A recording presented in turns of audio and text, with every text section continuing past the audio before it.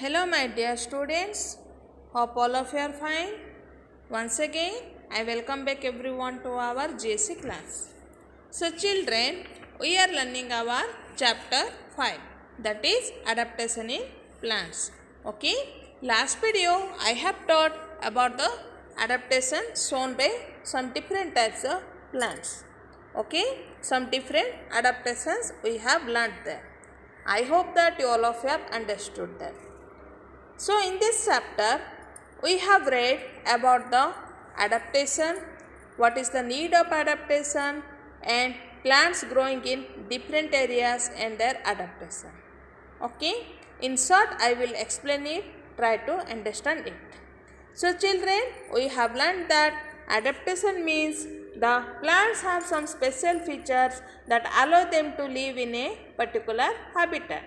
These special features are called adaptations. Repeatedly I am telling you children, every plant is not looking same. They are different.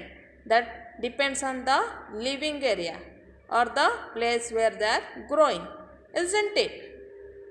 The plants which are growing in land region are not looking same the plants which are growing in our water region. Okay, for that reason they have different name, they have different structure, they have different features. These features help them to live in that particular environment. Okay, this is our adaptation in plants. And habitat means the place where plants naturally live is called their habitat. So children, we have learned two types of plants, okay, based on their habitat. What are they? Terrestrial plants and our aquatic plants.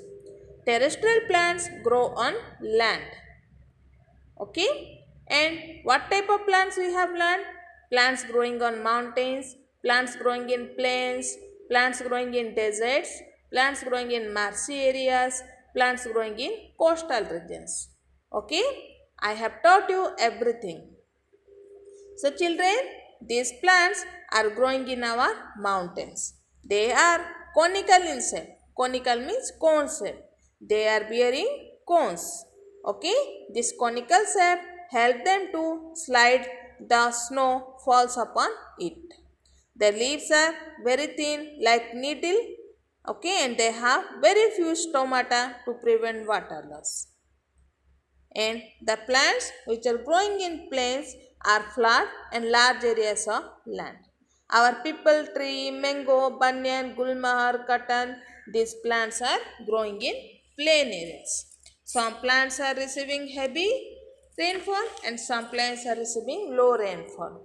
Okay, our mango tree, osaka tree, gulmahar, these all are growing in our low rainfall area. Whereas the rubber and teak trees are growing in plains with heavy rainfall areas. So children, I hope that you have understood. Then we have learned about the plants which are growing in desert. I had shown you very nicely, isn't it? I have shown you the cactus plant in the video. You might have seen it. Their leaves are changes into spines to prevent water loss by transpiration. We know that in desert area they are not getting enough water. According that, their body structure is different. These plants are known as our xerophytes. Remember children. Okay? And their stem stores food and water and roots spread out deep under the ground in search of water and nutrients. Then children, we have learnt about the plants growing in our marshy areas. Okay. Marshy areas or swamps are the areas of lowland that are always wet. I told you, isn't it? In this soil, water is always there. Mostly cattails, sedge, papyrus, sawgrass are the examples of plants that are growing in our marsh. You can see children, they have adventitious roots or respiratory roots that grow upwards out of water to absorb oxygen from the air. Why children? Because the soil is always wet, maybe oxygen they cannot get in the soil. Many plants Many plants have large air spaces within their internal structure to store the air. Okay. Then we have learned the plants in the coastal region. You know, isn't it? Coconut tree. Then our which trees are growing in our coastal region, children? Coconut tree. Okay. The soil in the coastal regions is sandy. The temperature is high and air is humid. Okay, children. This tree's trunk is strong and flexible. Okay, they have very large seeds and the leaves are very thin and long so that strong wind can pass through them. So children, these are some plants we have learnt in our land region. See here in your book, page number 57, one check and proceed means some fill in the blanks questions are given. You just write the answer in your book with the pencil.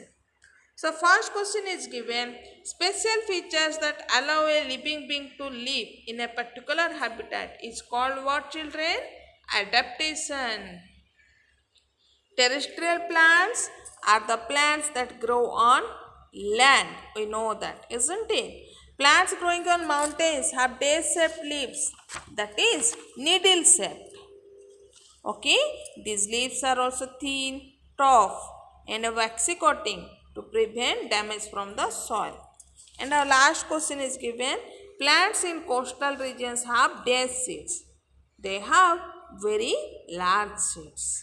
Okay, so that the seedlings are stronger and can survive for longer period. Okay, children, the plants which are growing in coastal areas, no, you know that the trunk is very strong.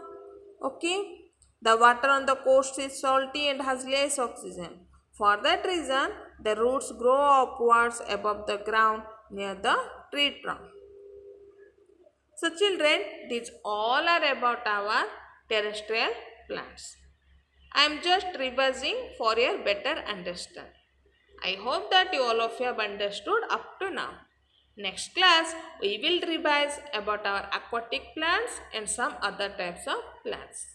With that, we will write the fill in the blanks question also. So children, all of you stay safely at your home and keep on learning. Okay, whatever the teachers are sending you the videos, please see every day. You should not miss any one.